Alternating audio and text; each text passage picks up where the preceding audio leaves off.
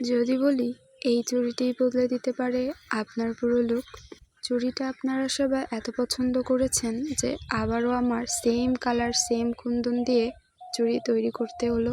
এটাও একটি অর্ডারের চুড়ি। এর আগে যে আপুটি নিয়েছিলেন তিনি শুধু দুইটাই নিয়েছিলেন।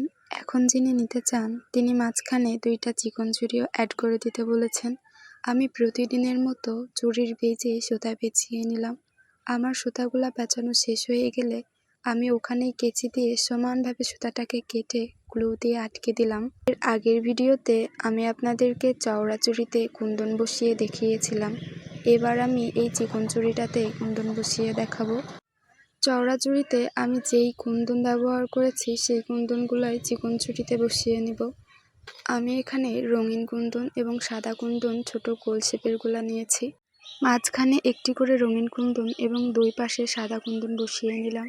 একটুখানি গ্যাপে গ্যাপে আমি সেমভাবেই বসিয়ে নিয়েছি। এভাবে এখন দেখুন তো মাঝখানে চিকন চুড়ি দুইটা অ্যাড করার পরে দেখতে কত সুন্দর লাগছে, তাই না?